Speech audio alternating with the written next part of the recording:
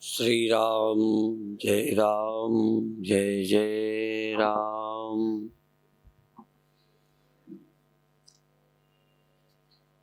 श्री राम जय जय राम।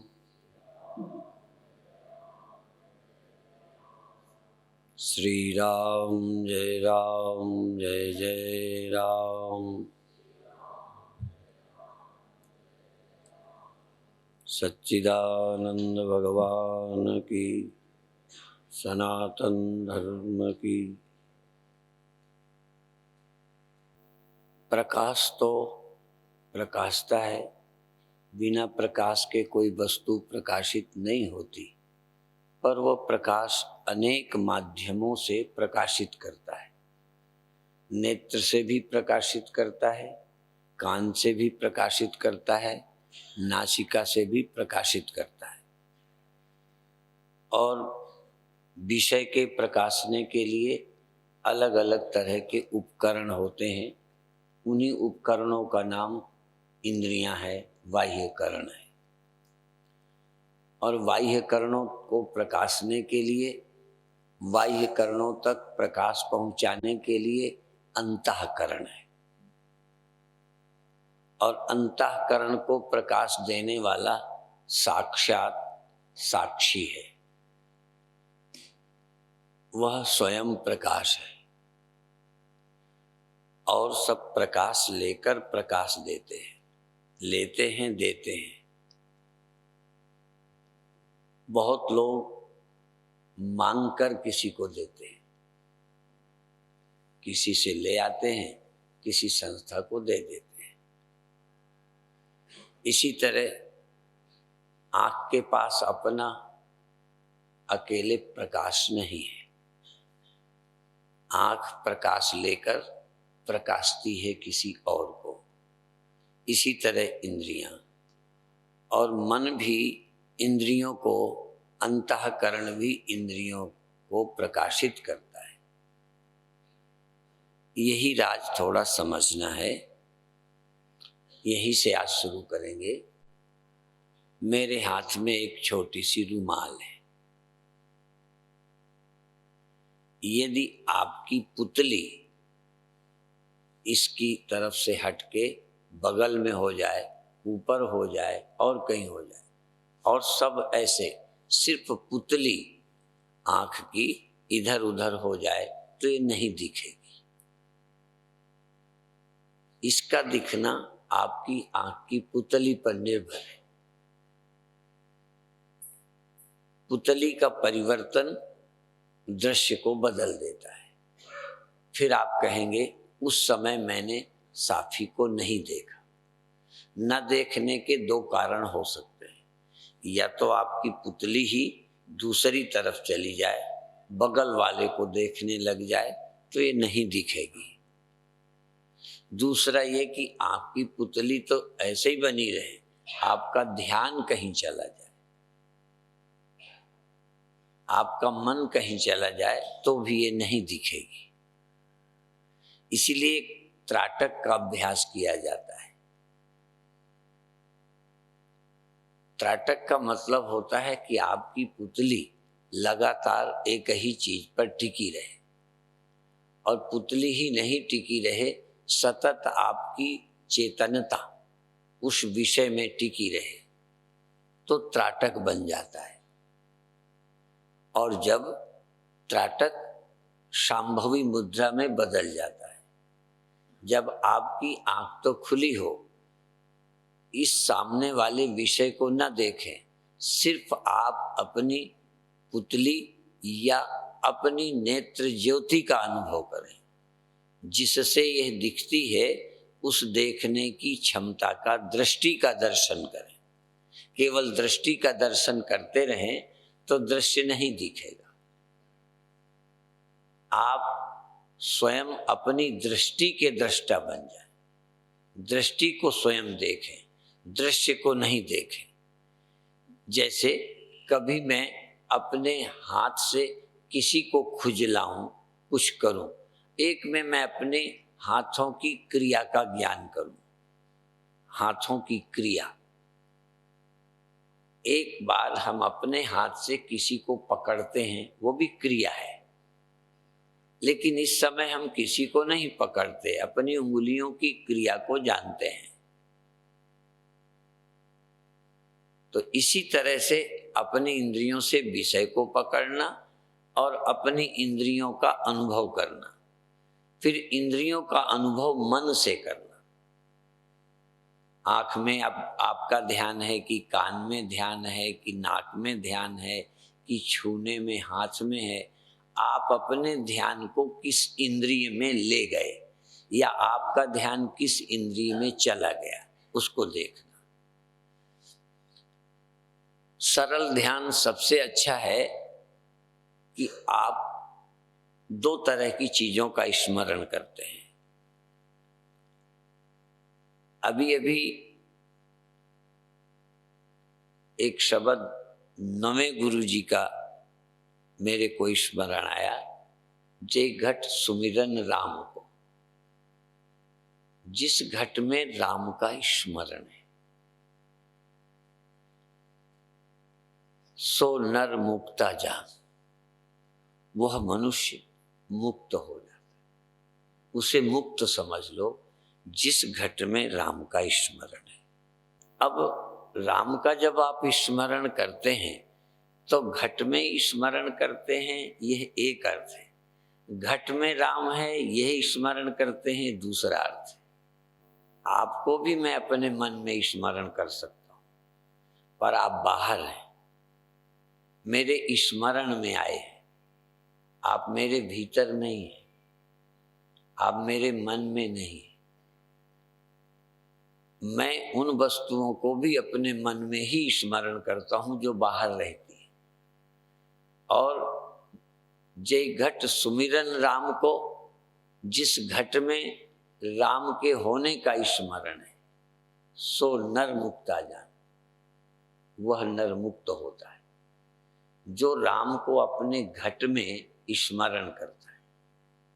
आप राम को घट में स्मरण नहीं करते, घट के द्वारा मन के द्वारा स्मरण करते हैं, पर मन में राम है ऐसा स्मरण नहीं करते। राम का रामायण में है अंतर्यामी राम,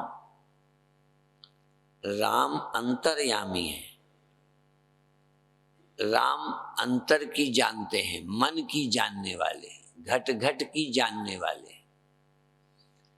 एक चीज फिर ध्यान दें, आपको मुझे देखना हो तो आंख से देखेंगे, मुझे छूना हो तो हाथ से छुएंगे, पर आपको अपनी इंद्रियों को जानना हो तो मन से जानेंगे।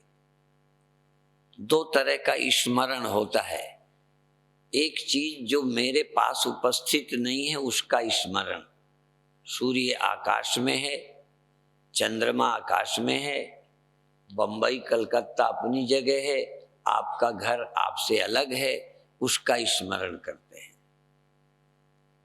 एक ये कि जिसका स्मरण करते हैं वो वही है, उसका स्मरण। जैसे मैं कहूं कि आप ख्याल करो कि श्वास चलती है या नहीं, सचमुच याद करो, सपोज नहीं, उदाहरण नहीं, सचमुच याद करो।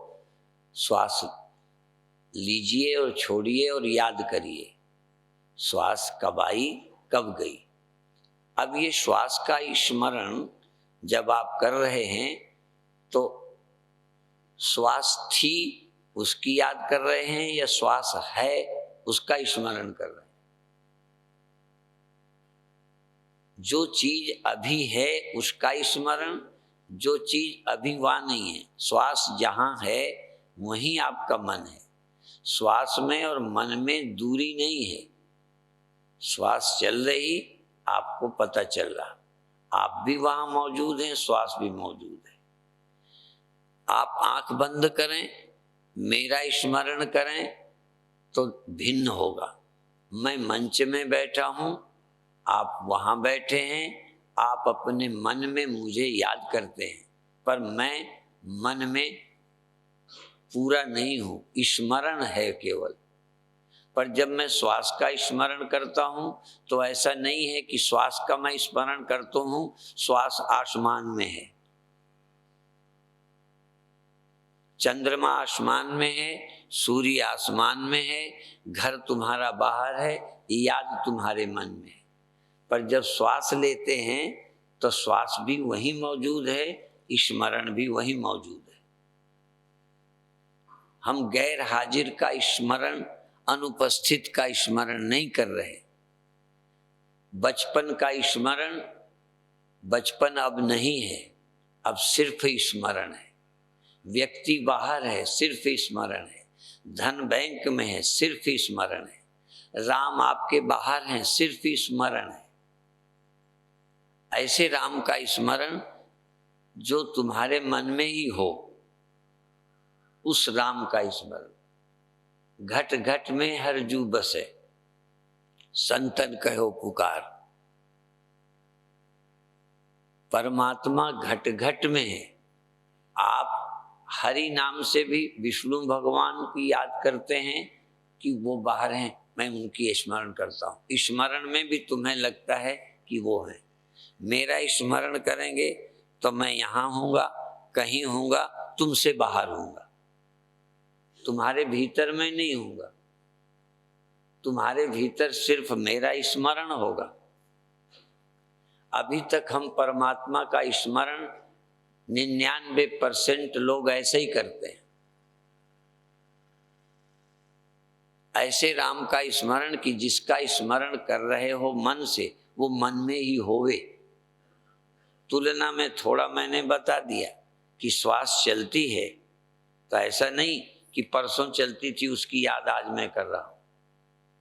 ये भी नहीं कि श्वास बाहर चलती है, भीतर मैं याद करता हूं। वहीं श्वास चल रही, वहीं मुझे स्मरण है, मैं अनुभव कर रहा हूं। इस तरह से। और फिर भी श्वास मन से जानी जाती है, विषय इंद्रियों से जाने जाते हैं, श्वास मन से जानी जाती है। और श्वास का स्मरण भी, श्वास रहने पर भी श्वास का स्मरण नहीं रहता। आपको तो सदा रहता है। झूठ नहीं बोलना, मैं फंसाऊंगा तुमको। उल्टा सुल्टा बोलकर मैं तुम्हें चक्कर में डालूंगा। आपकी श्वास तो सदा चलती है कि नहीं? चलती है, याद भी रहती है। इसका मतलब श्वास तो रहती है, याद नहीं रहती। जब आप याद करेंगे तब श्वास भी है, स्मृति भी है। इसी तरह से जब मन कहीं चला जाता है, आपका मन श्वास में ही बना रहेगा कि नहीं? मैं जब ध्यान कराऊंगा तो लगातार आपका ध्यान या आपका मन श्वास में ही रहेगा? बोलो, नहीं रहेगा। बहुत अच्छी बात है, पहले बार आप सत्य बोले हो। नहीं, कई लोग यही कहते हैं हमें तो आपकी 24 घंटे याद रहती है। मैंने कहा सोते कब हो? 24 घंटे याद?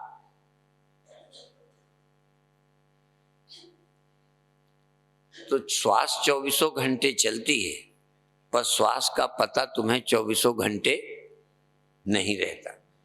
चलो सोने में छोड़ दो, जगते में भी श्वास चलती है, पर जगने में भी तुमको जागे हो, पर श्वास के प्रति नहीं जागे हो। 24 घंटे आपको अपनी श्वास का भी पता नहीं रहता। जिनको रहता हो वो हाथ उठावें। नहीं रहता। कब नहीं रहता?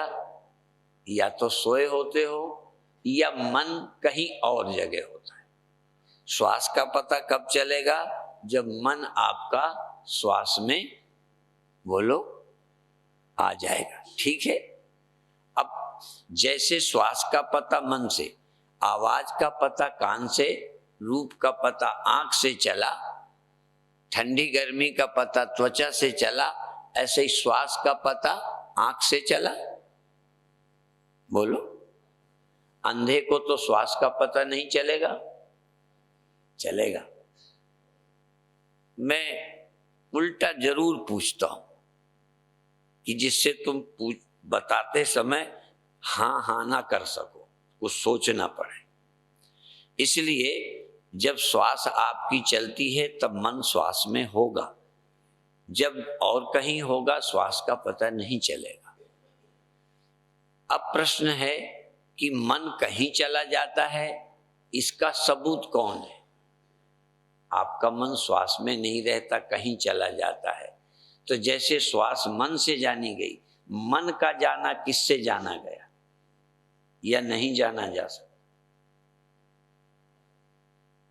बस जो मन को जानता है, को देवः यो मनः साक्षी। देवता कौन है, राम कौन है? जो मन को जानता है। आंख कौन है? जिससे रूप दिखता है। कान कौन है? जिससे शब्द मालूम पड़ता है। नाक कौन है? जिससे गंध मालूम पड़ती है। मन कौन है? जिससे दर्द, श्वास आदि क्रियाएं जानी जाती हैं। साक्षी कौन है? जिससे मन जाना जाता है। अलग अलग नाम याद रखना। आंख किसे कहते हैं? जिससे रूप देखा जाए। कान किसे कहते हैं? जिससे शब्द सुना जाए। नाक जिससे गंध अनुभव की जाए। त्वचा जिससे स्पर्श, रसना जिससे स्वाद। शरीर बैठा है कि लेटा है, श्वास चलती है कि धीमी है कि तेज है, शरीर में दर्द है क्या है, ये जिससे जाना जाए उसे मन कहते हैं। उसका नाम मन है, जिससे श्वास जानी जाती है। मन नहीं हो, तन का श्वास का पता नहीं चलेगा। मन सोया हो, पता नहीं चलेगा। आपका हाथ कहाँ रखा है, कब पता चला? जब ध्यान आया। हाथ तो कहीं था कि था नहीं, पर हाथ कहाँ रखा है ये ध्यान गया, मन गया तो पता चला। और मन कब कहाँ चला गया? मन एक जगह ही नहीं रहता, मन जाता है। मन के जाने को न आँख से जाना जाता है, न मन के जानने को मन से जाना जाता है। जैसे आँख से रूप देखा जाता है, रूप आँख को नहीं देखती, रूप आँख को नहीं देखता। प्रकाश आँख को नहीं देखता, प्रकाश आँख से दिखता है। ऐसे शरीर, श्वास, शरीर की क्रियाएं मन से जानी जाती हैं। कोई क्रिया करोगे, श्वास लोगे तो मन से जानी जाएगी। और मन कब लगता है, कब नहीं लगता, कब कहीं चला जाता है? आपका मन तो कहीं नहीं जाता, बोलो। जाता है। स्वामियों का तो नहीं जाता होगा, जाता है? तो घबराओ मत। जब स्वामियों का मन जाता है तो तुम्हारा चला गया तो कौन सी अंधेर हो गई? मन जाता है। थोड़ी देर रुक जाए वो एक अलग विषय है, पर मन जाता है। और जैसे फिर बताऊं, रूप जैसे आंख से जाना गया, शब्द जैसे कान से जाना गया, श्वास जैसे मन से जानी गई, ऐसे ही मन तुमसे जाना जाता है। और जिससे मन जाना जाए उसका नाम अंतर्यामी है।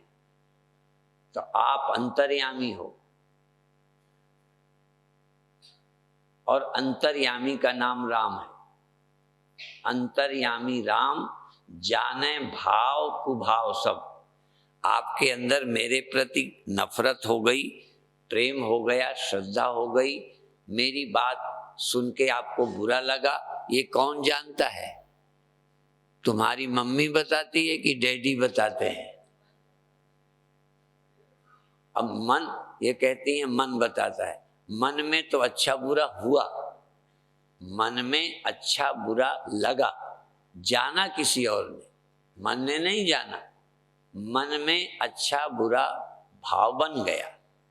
उस मन में आए बैर को, नफरत को, क्रोध को, भय को कोई जानता है। जो जानता है वो अंतर्यामी है।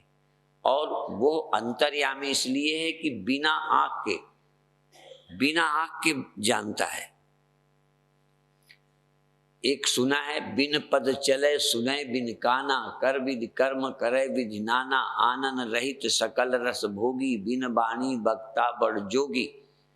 आंख से बाहर जाना जाता है, मन क्या करता है, क्या सोचता है, क्या ख्याल आया, क्या मैंने सोचा, ये जो सोचा, इस सोचने का भी कोई जानता है, उस अंतर्यामी का ध्यान। जे घट सुमिरन राम को, सो नर मुक्ता जान। जो अंतर्यामी रूप से राम का स्मरण करता है, दिखाई देने वाले राम का स्मरण उपासना है, बुरा नहीं है। दिखाई देने वाले दृश्य भी तुमको प्रभावित करते हैं। बुरे दृश्य देखोगे तो बुरा इंप्रेशन, बुरा प्रभाव पड़ेगा। जैसे दृश्य देखोगे तैसे ही तुम्हारे उस पर रंग चढ़ जाएगा। स्त्री का, पुरुष का, लोभी का, मोही का, अभिमानी का, दुश्मन का, जैसे देखोगे वैसे ही तुम्हारे मन में उसकी छाप पड़ेगी। इसलिए दिखाई देने वाले भी अच्छे दृश्य देखो। इस अर्थ में राम के दृश्य राम का दर्शन करो, दृश्य कृष्ण का दर्शन करो, दृश्य गुरु ग्रंथ साहब को हृदय पर बिठाओ, दृश्य गुरु को बिठाओ, दृश्य संत का दर्शन करो। दृश्य को ध्यान में लाना बुरा नहीं है, पर दृश्य का ध्यान लाना चित्त की पवित्रता के लिए है, आत्मबोध के लिए अंतर्यामी राम का ध्यान करना है। मैं दोनों हाथ उठाकर इस व्यास गद्दी से बोलता हूं, कोई भी ग्रंथों से बाहर मुझे नहीं आता जो मैं कहूं, सब ग्रंथों की बात कहता हूं। पर ग्रंथों की बात सिर्फ पढ़ी नहीं है, अनुभव की है, इसलिए उसको मैं एक एक बात क्लियर कर सकता हूं।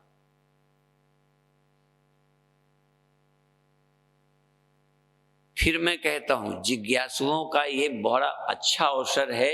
यदि आप सत्य को खोजना चाहते हो, सत्य को जानना चाहते हो, तो ऐसा अवसर आपको मिलेगा नहीं।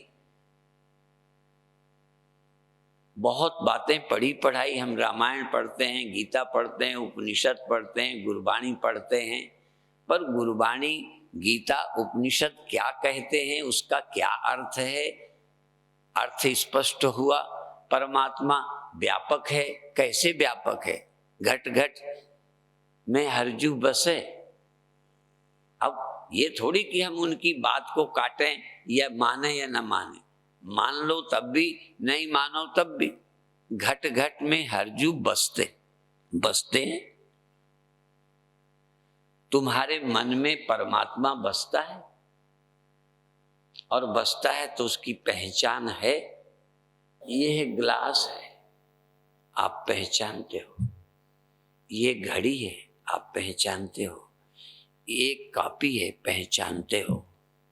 ये आदमी है, ये दीवार है, पंखा है, पहचानते हो। परमात्मा क्या है, पहचानते हो? है पहचान? फिर क्या स्मरण खाक करते हो? जिसका पता ही नहीं उसका स्मरण कैसा? और जिसका पता है वो व्यक्ति है, वो दिखता है। दिखने वाले राम की उपासना करनी चाहिए, पर देखने वाले राम की उपासना भी करनी है। दिखाई देने वाले को देखने से मेरा हृदय पवित्र बनता है, भाव बनता है। यदि स्त्री के देखने से काम बनता है, तो राम को ध्यान करने से भक्ति बनेगी। किसी की याद से काम, किसी की याद से क्रोध पैदा होता है, किसी की याद से छाती जलने लगती है, स्मरण भर आ जाए, नाम ले लें उसका, तुम्हारे से जिसकी चलती है, तो आप कहोगे उसका तो नाम मत लो, मेरे अंदर तो आग लग जाती है। यदि किसी की याद से आग लग सकती है, किसी की याद से भय पैदा होता है। एक बच्चे को बिजली का करंट लग गया था, तो उसकी याद से उसके रोंगटे खड़े हो जाते थे, याद आते ही। ठीक बच गया वो 3 महीने इलाज के बाद, तो स्विच को ऑन ऑफ नहीं करता था, स्विच को छूने से डरता था। यदि कोई व्यक्ति याद आने से, घटना याद आने से रोंगटे खड़े हो सकते हैं, भय पैदा हो सकता है, क्रोध आ सकता है, काम आ सकता है, वो भी घटनाएं हैं। एक बार किसी काम के चक्कर में पड़ गए तो उसके लिए पागल हो जाते हैं, वो भी दृश्य ही तो है। तो इसलिए दिखाई देने वाले साकार प्रभु की याद करना बहुत अच्छा है, ध्यान रखना, उसका खंडन नहीं। और जब तक साकार का स्मरण नहीं करोगे, आपके जीवन में चित्त की परम पवित्रता, परम रस का उदय नहीं होगा। इसलिए साकारोपासना, निराकारोपासना, अहंग्रह उपासना, ये मैं अकेला नहीं, हमारे ग्रंथ कहते हैं, उसी को मैं सिर्फ स्पष्ट करता हूं। कभी जब भी कोई भी पंथ का व्यक्ति ध्यान में लाएगा तो कुछ तो लाएगा। तो जब आकार प्रधान हम गुरु ग्रंथ साहब जी का मत्था टेकेंगे तो एक आकार मन में आता है। हम प्रभु राम का, प्रभु कृष्ण का स्मरण करते हैं, हम भी करते हैं, हम झूठ नहीं बोलते, हमने किया है, हमने प्रभु का नाम जपा है। अंतर्यामी तक ऐसे ही नहीं पहुंच गए, एकदम छलांग नहीं लगी, धीरे धीरे उस तक पहुंचे हैं।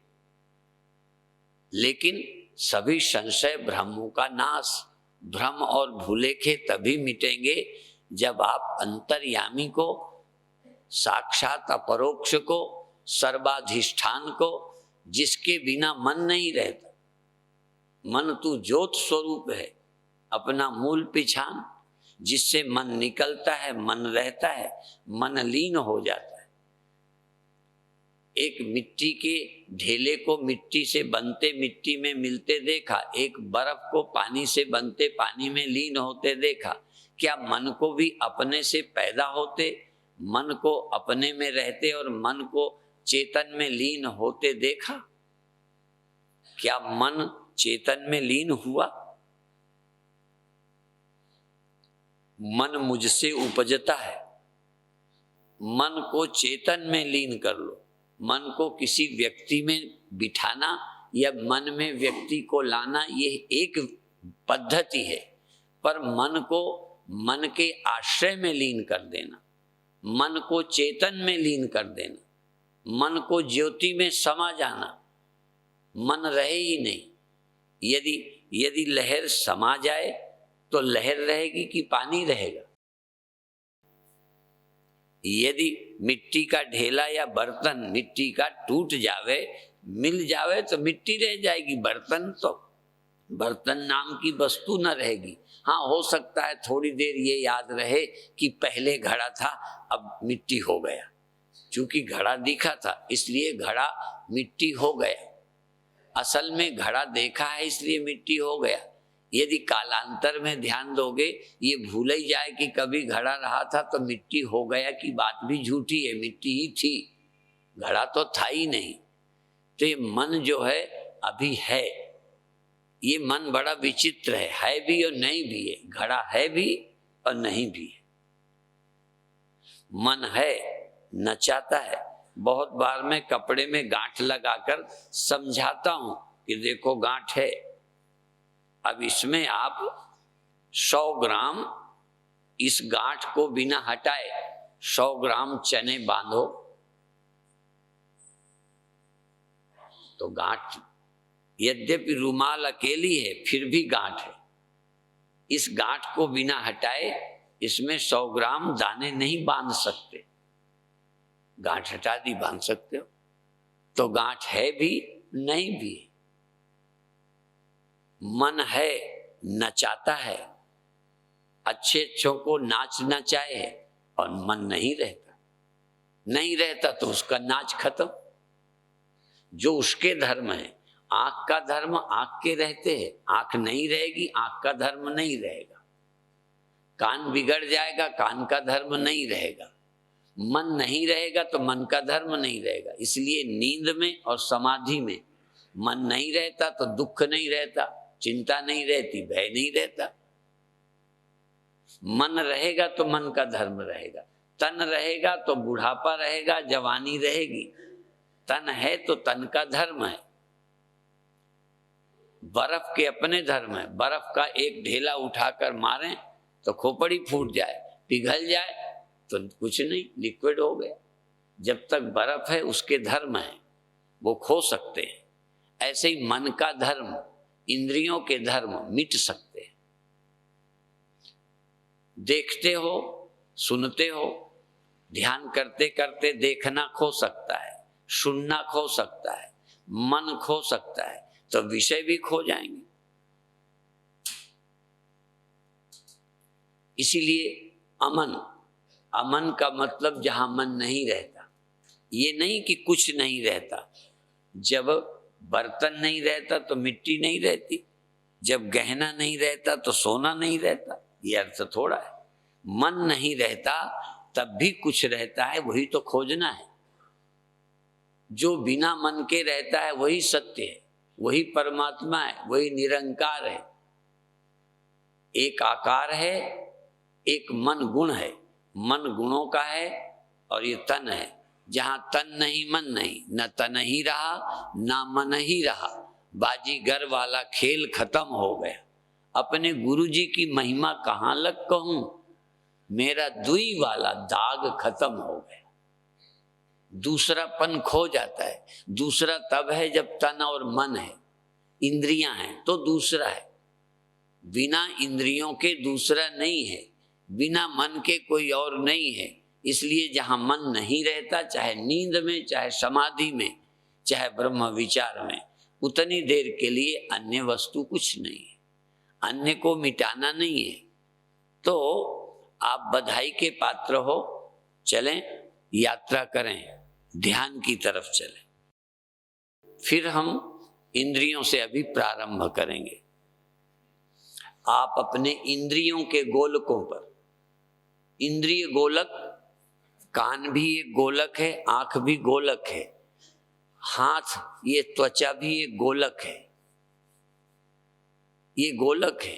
तो अपने हाथ में, अपनी आंख में, अपनी नाक में, अपनी रसना में, वाणी में, किसी गोलक पर रहो। ज्यादा अच्छा है कि अपनी आंख पर रहो, अपनी आंख पर या अपने कान पर। ध्यान के लिए ये भी अच्छा है, दिन में ध्यान करो तो अपनी आंख पर रहो, रात को ध्यान करो तो अपने कान पर रहो। दिन में अपनी आंखों में बैठो, रात में अपने कानों पर बैठो। ये एक ध्यान है। जैसे दुकान पर दुकानदार बैठता है, ऐसे ही आप अपनी आंखों पर बैठ जाओ। आंख बंद करो,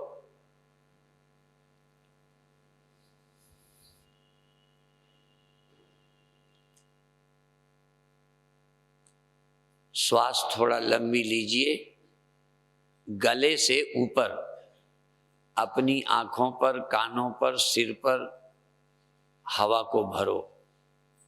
ध्यान दो, श्वास को मैंने सिर पर भर करके रखा, सिर पर।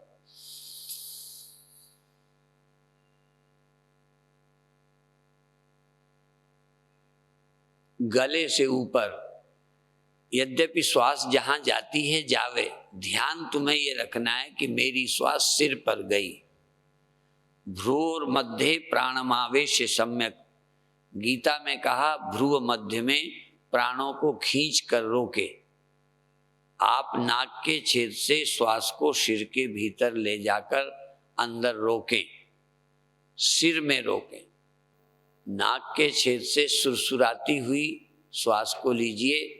नाक के छेद से दोनों भौं के बीच से मस्तक से गुजरती हुई, आज्ञा चक्र को स्पर्श करती हुई, तीसरी आंख को छूती हुई सिर में चली गई, सहस्रार में, दशम द्वार में चली गई, सहस्रदल कमल में चली गई, टॉप सेंटर में चली गई। आपकी श्वास सिर में आई, थोड़ी देर रोकिए और फिर छोड़िए। बार बार सिर्फ ध्यान रखिए, श्वास को मैं सिर पर लाया, थोड़ी देर रोका। कोई जबरदस्ती नहीं करनी, प्रसन्नता और एकाग्रता। एक साधना, श्वास को सिर पर लाइए, थोड़ी देर रोकिए, सिर में झुनझुनी चलने दीजिए, सिर में कुछ होने दीजिए। श्वास रुकेगी तो कुछ करेगी। गुब्बारे में हवा भरकर रख दो, या तो धीरे धीरे गुब्बारे की हवा लीक हो जाती है, कभी कभी गुब्बारा फूट जाता है। ऐसे ही श्वास जब अंदर रोकोगे तो चुप नहीं रहती, श्वास कुछ न कुछ करती है। एक एक नस नाड़ी को श्वास प्रभावित करती है। प्राण रक्त को प्रभावित करता है, प्राण मेरी नस नाड़ियों को प्रभावित, उसका अनुभव करो। श्वास सिर पर ले जाओ, रोको, थोड़ी देर शांत रहो, अनुभव करो सिर पर क्या हो रहा है, आंखों पर क्या हो रहा है, कान पर क्या हो रहा है, नाक पर क्या हो रहा है, होठों पर क्या हो रहा है। गले से ऊपर होठों पर, नाक पर, आंख पर, कान पर, गाल पर, सिर पर, सिर की त्वचा पर क्या होता है, क्या इफेक्ट, क्या प्रभाव पड़ता है, कैसे इंप्रेशन पड़ रहे हैं, अनुभव करो। पूरी चेतना सिर पर, श्वास ही नहीं चेतना भी। धीरे धीरे अपनी चेतना को सहस्रार पर ले जाना, दशम द्वार पर ले जाना। ले जाने का साधन श्वास है। श्वास ना होती तो आप देह में ना आते। प्राण निकल जाए फिर इस देह में तुम्हारी चेतना नहीं आ सकती। प्राण के सहारे ही देह पर आए हो, प्राण के सहारे ही कहीं जा सकते हो। इसलिए श्वास का सहारा लेते हुए सिर पर जाओ, सिर पर रुको, फिर श्वास को छोड़ो। इस तरह से प्रसन्नता से, एकाग्रता से।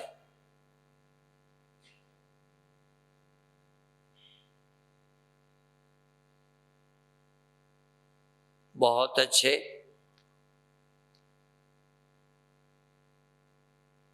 श्वास भरे हुए सिर पर रखते हुए आंखों को हिलाना, मीचना, क्रिया करना। सिर की चमड़ी को जैसे कभी गर्दन करते हैं, खींचते हैं, आंखों को फाड़ते हैं, बंद आंखें, जैसे घूर कर क्रोध में देखते हो, ऐसे भीतर की आंखें फाड़ना, सिर की नसों को खींचना, सिकोड़ना, सिर की नसों को सिकोड़ना। लोग कान हिला लेते हैं, एक आध व्यक्ति देखा वो कान को हिला लेते हैं जैसे बंदर हिला लेता है। वो होठ तो लोग हिला लेते हैं, पुतली हिला लेते हैं, लेकिन आप अपने सिर की चमड़ी हिला लो। कई लोग कान और सिर की चमड़ी भी हिला लेते हैं। श्वास भरिए, रोकिए और छोड़िए। पूरा ध्यान सिर पर ले जाइए। जहां कोई काम करोगे तहां पहुंच जाओगे। आपकी चेतना आवश्यकता से चली जाती है। अब धीरे धीरे, बहुत अच्छे। आंख पहले ही बंद है, अब थोड़ी देर के लिए अपनी तर्जनी उंगली से और मध्यमा उंगली से अपनी आंखें बंद कर लो। बंद आंखों को हाथों से भी बंद करो। और कान खुले हैं, इनको अंगूठे के द्वारा बंद करो। दाएं कान को दाएं अंगूठे से, बाएं कान को बाएं अंगूठे से। बाईं आंखें बाईं तरफ की तर्जनी उंगली से, दाईं आंख दाईं तरफ की तर्जनी और मध्यमा उंगली से बंद करो। और अब फिर श्वास लो, रोको और छोड़ो। अब और सिर के भीतर पूरी चेतना ले आओ। श्वास ही नहीं लानी, चेतना भी लानी है। श्वास लाइए, चेतना भी लाइए, पूरी चेतना। आंख में हूं, कान में हूं, होठ में हूं। मैं अपने होठों में, अपनी आंखों में, अपने कानों में, अपनी नाक में, अपने रसना, अपनी वाणी में, सिर की नसों में मैं ओतप्रोत हो गया। जैसे मिट्टी के ढेले में कोई थोड़े थोड़े पानी टपकाता रहे, पानी टपकाता रहे, धीरे धीरे ढेला गीला हो जाए, ऐसे मेरी चेतना मेरे सिर में ओतप्रोत हो रही है। मेरी चेतना, मेरी दृष्टि, मेरी सुरति सिर पर जाग गई, सहस्रार पर जाग गई, गगन महल में। गगन महल, इस गगन गुफा, ये गगन गुफा है, आकाश की गुहा में, इस आकाश में प्रवेश कर जाओ।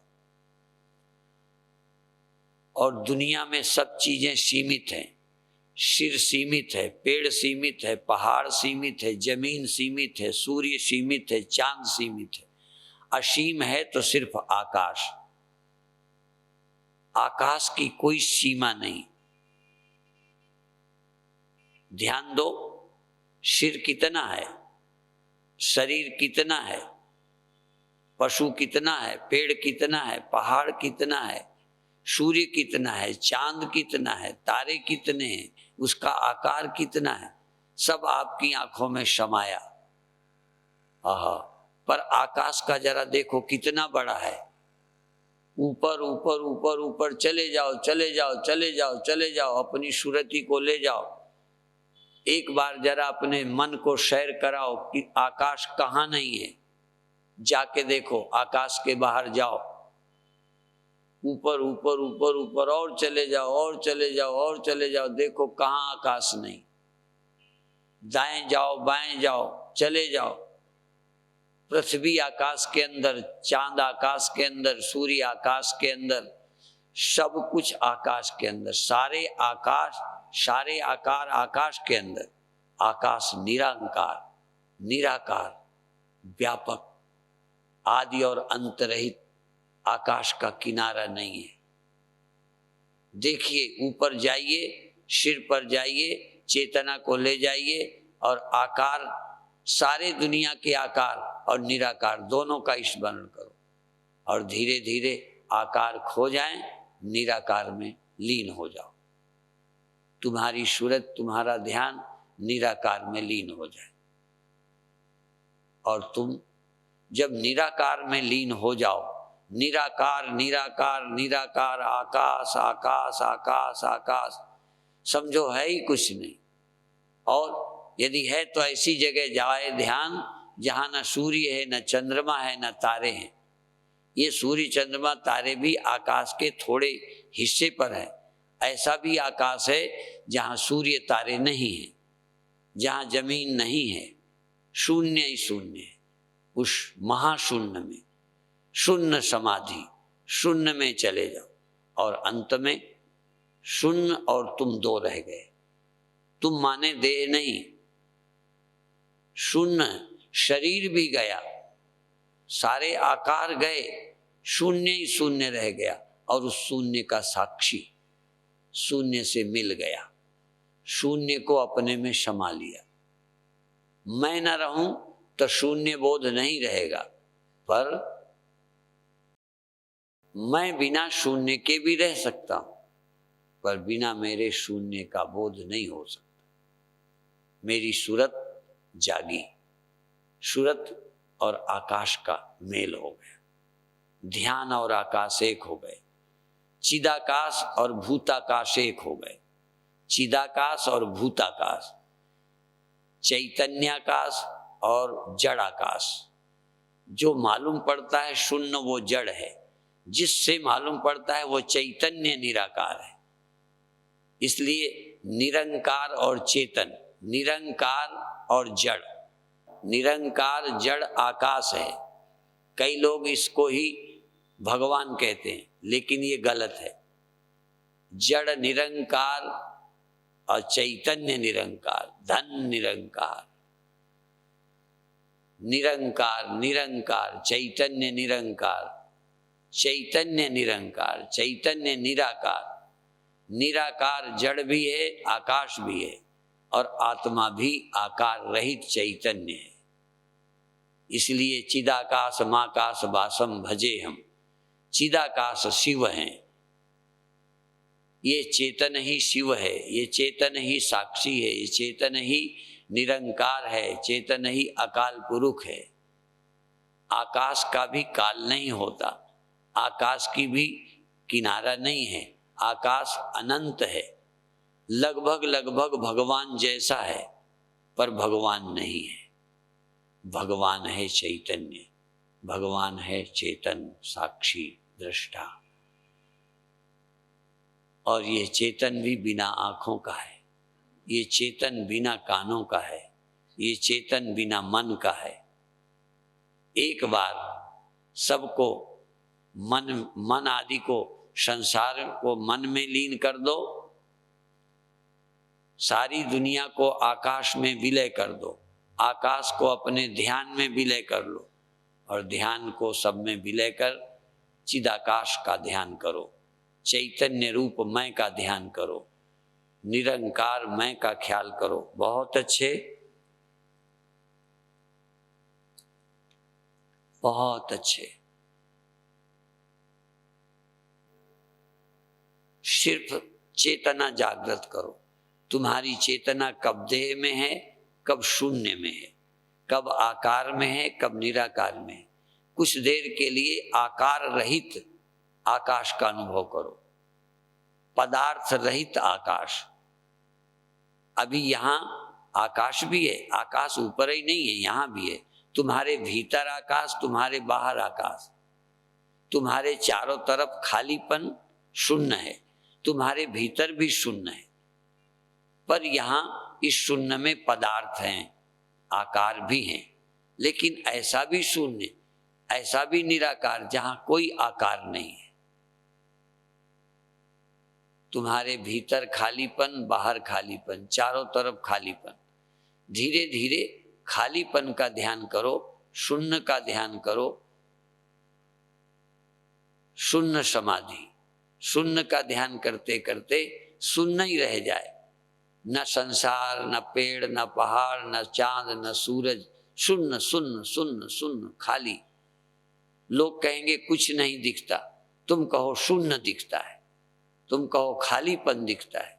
लोग कहेंगे अब कुछ नहीं है, तुम कहो अब खालीपन है, अब आकाश है, अब निरंकार है। और निरंकार का अनुभव करने वाला स्वयं निरंकार हो जाता है। जिसका ध्यान करोगे वही हो जाओगे। आकार का ध्यान करते करते देहाकार हो गए, देह में रहते रहते, ध्यान में रहते रहते देहाकार हो गए। आकाश में रहते आकाश हो जाओ, निराकार में रहते निराकार हो जाओ।